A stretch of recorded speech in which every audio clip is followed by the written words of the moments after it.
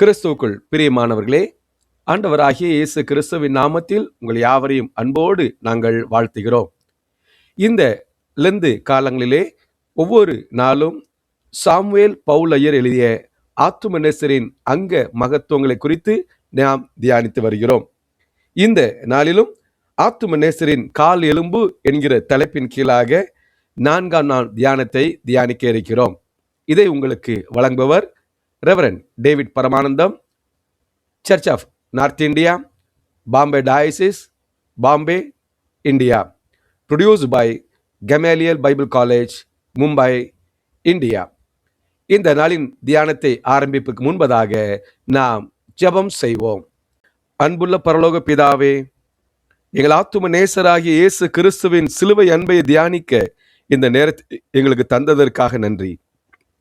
அவருடைய எலும்புகளில் ஒன்று முறிக்கப்படுவதில்லை என்கிற வாக்கின்படி சிலுவையில் உமது குமாரனின் கால் எலும்பு முறிக்கப்படாமல் காத்த உம்முடைய உன்னத திட்டத்திற்காக துதிக்கிறோம்.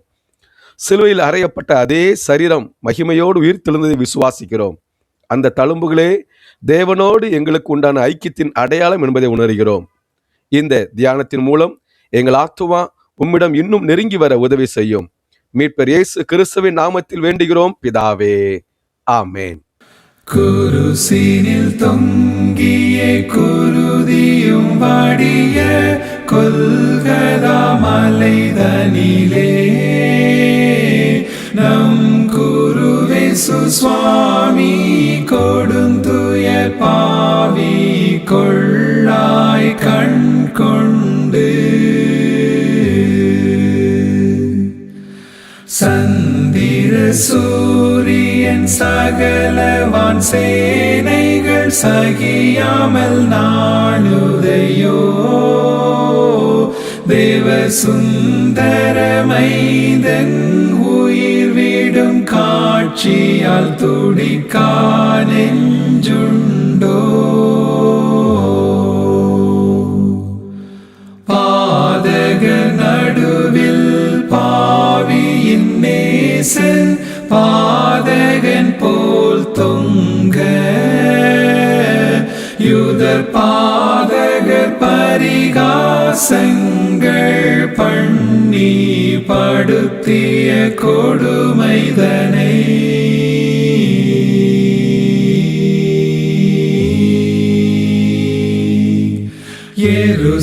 எருசலேமாதே மருகினி அழுது ஏங்கி புலம்பலையோ நின் எருசலே அதிபன் இளமனவாளன் எடுத்த கோலமிதோ. தியானம் 4. ஆத்துமநேசரின் கால் எலும்பு. இன்றைய நாளின் தியானத்திற்கான வேத வசனங்கள்: அவர்கள் இயேசுவிடத்தில் வந்து அவர் மரித்திருக்கிறதை கண்டு அவருடைய கால் எலும்புகளை முறிக்கவில்லை, அவருடைய எலும்புகளில் ஒன்றும் முறிக்கப்படவில்லை என்கிற வேத வாக்கியம் நிறைவேறும்படி இவைகள் நடந்தது. நீங்கள் காண்கிறபடி எனக்கு மாம்சமும் எலும்புகளும் உண்டாயிருக்கிறது போல ஒரு ஆவிக்கு இராதே என்று சொல்லி தம்முடைய கைகளையும் கால்களையும் அவர்களுக்கு காண்பித்தார். நாம் அவருடைய சரீரத்தின் அவயங்களாயும் அவருடைய மாம்சத்திற்கும் அவருடைய எலும்புகளுக்கும் உரியவர்களாயும் இருக்கிறோம். இந்த வசனங்களை யோவான் 19:33-36, லூக்கா 24:39-40, எபேசியர் 5:30 ஆகிய வசனங்களிலே நாம் பார்க்கலாம். இந்த நாளின் போதனை ஆத்துமநேசரின் எலும்புகளை குறித்து. இதற்கு முன்பதாக 3 முக்கிய குறிப்புகளை புதிய ஏற்பாட்டிலே காண்கிறோம். முதலாவதாக, இரட்சகரின் எலும்புகள் முறிக்கப்படவில்லை. இதில் ஒரு பெரிய விசேஷம் இருக்கிறது என்பதை சமஸ்த உலகமும் அறியும்படி பரிசுத்த யோவான் அதை ஒரு தீர்க்க தரிசன வாசகத்தால் உறுதிப்படுத்துகிறார். யாத்திராகமம் 12:46 பிரகாரமாக, எண்ணாகமம் 9:12 பிரகாரமாக அவருடைய எலும்புகள் ஒன்றும் முறிக்கப்படவில்லை என்கிற வேத வாக்கியம் நிறைவேறும்படி இவைகள் நடந்தது என்று சொல்கிறார். இதனாலே தற்செயலாய் இயேசுவின் கால் விட்டுவிடப்படாமல் தேவ தீர்மானமாய் விட்டுவிடப்பட்டிருக்கிறது என்று அறிகிறோம்.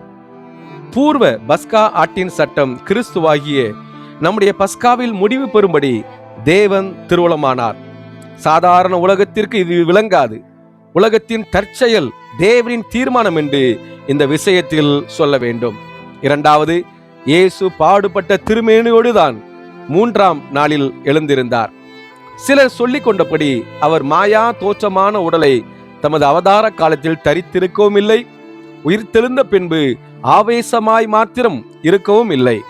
மூன்றாவது, இயேசுவின் எலும்புகள் தேவனுக்கும் மனுஷருக்கும் உள்ள நீங்காத ஐக்கியத்திற்கு அடையாளமாக இருந்ததால் சிமியோன் இரட்சகரை ஒரு அடையாள புருஷன் என்று சொல்கிறார். ஒரு காலத்தில் யாக்கோபின் ஏணி வானத்தையும் பூமியும் ஒன்றுபடுத்திட்டு இயேசுவின் திருமேனி தேவனையும் மனுஷனையும் அவருடைய மனுஷீக சரீரத்தால் ஒன்றுபடுத்திற்று. இந்த நாளின் தியானம். ஆத்துமாவே, உன் இரட்சகரின் எலும்புகள் சிலுவையில் முறிக்கப்படாததினால் அவர் உனக்கு பஸ்கா ஆடாக விளங்குகிறார். உலகத்தின் பாவங்களை சுமந்து தீர்த்த மெய்யான பஸ்கா ஆட்டுக்குட்டி அவரே. யூதருக்கு வருடத்திற்கு ஒரு முறை பஸ்கா வரும், உனக்கோ எந்நேரமும் பஸ்கா பண்டிகை தான். உன் இரட்சகருடைய பாடுகளை, உன்னுடைய பாவங்களை பற்றிய உத்தம மனஸ்தாபத்தோடு நினைவு கூறும் பொழுதெல்லாம் நீ பஸ்காவை ஆசரித்து வருகிறாய்.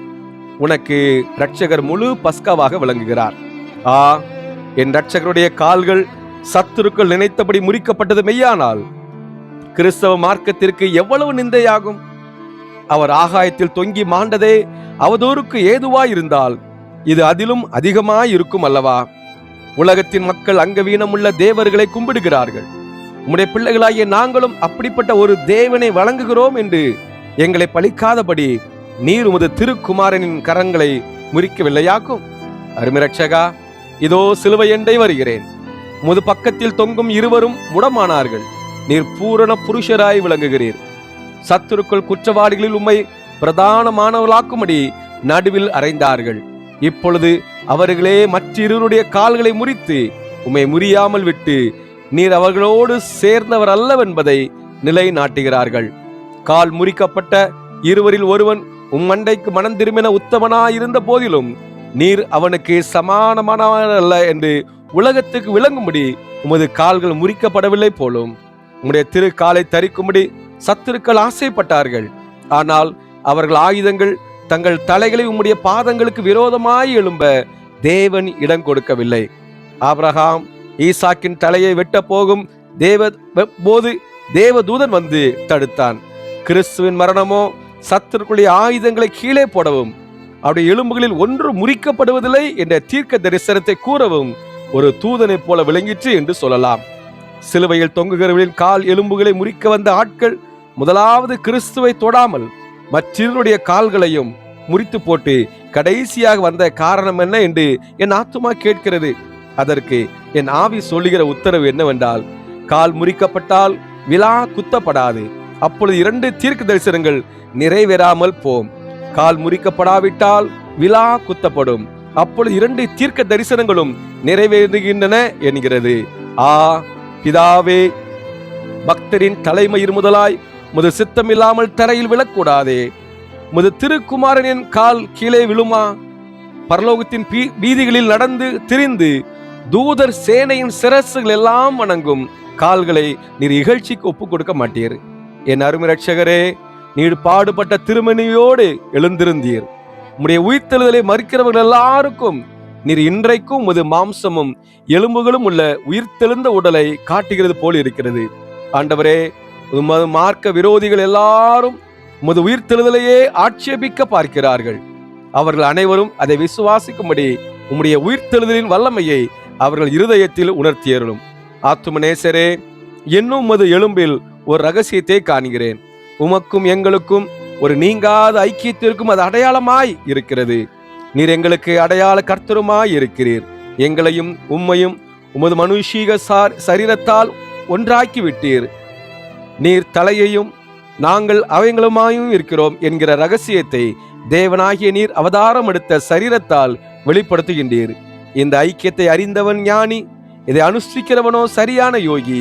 இந்த ஐக்கியத்தை அனுபவிக்கிறவனே பக்தன்.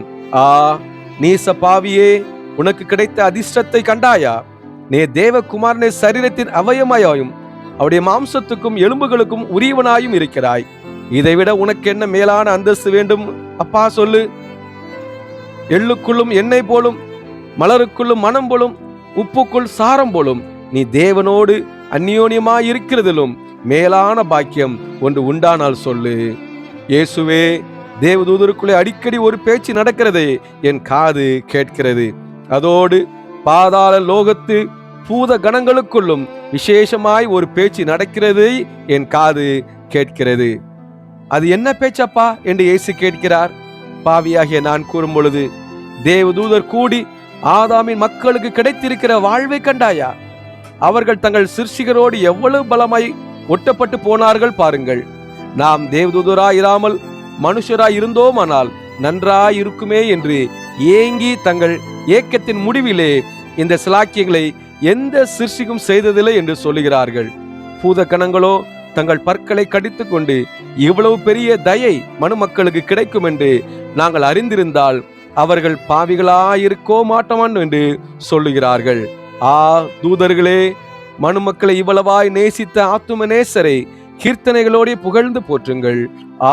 பூத கணங்களே, உங்கள் பற்கடிப்புகளை உங்கள் மட்டுக்கும், உங்கள் முறுமுறுப்புகளை உங்கள் பாதாள மட்டுக்கும் வைத்துக் கொள்ளுங்கள். விசுவாசத்தாலும் அன்பாலும் தேவனோடு ஒட்டப்பட்ட என்னை வெட்டி போட உங்களாலும் ஆகாது, உன் தலைவனாகிய பெயல்சேபுலாலும் ஆகாது. நாம் ஜெபம் செய்வோம். எங்கள் நித்திய நேசத்துக்கு பாத்திரமான இயேசு சுவாமி, அடியான் உமது காலை விசுவாசத்தால் முத்தமிடும்படி உத்தரவு தாரும். நான் தழுவி என் இருதயத்தின் மடியின் மேல் வைத்துக் கொள்ளும்.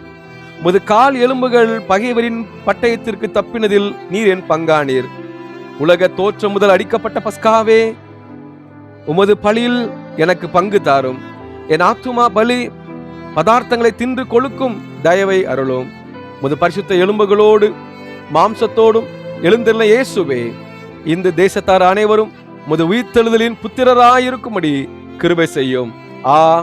அவர்கள் எலும்பு காணும் மட்டும் பரிசோதிக்கிறது போல உம்மை பற்றி பூரண ஆராய்ச்சி செய்யும்படி கிருபை செய்யும். இயேசு சுவாமி, எங்கள் தேசத்தார் இன்னமும் கேட்பார் பேச்சை கேட்டு கெட்டு போவானேன். இந்தியாவின் மக்கள் பரலோகத்தின் படிகளில் கும்பல் கும்பலாய் மிதித்தேறும்படி உமது உயிர்த்தெழுதலின் பலனை வருஷித்தருளும். உமது மேலுள்ள எங்கள் அந்நியோனியத்தை அதிகப்படுத்தி இவ்வூலோகம் முழுவதையும் பரலோகம் போல் ஆக்கியருளும் சுவாமி. ஆமேன்.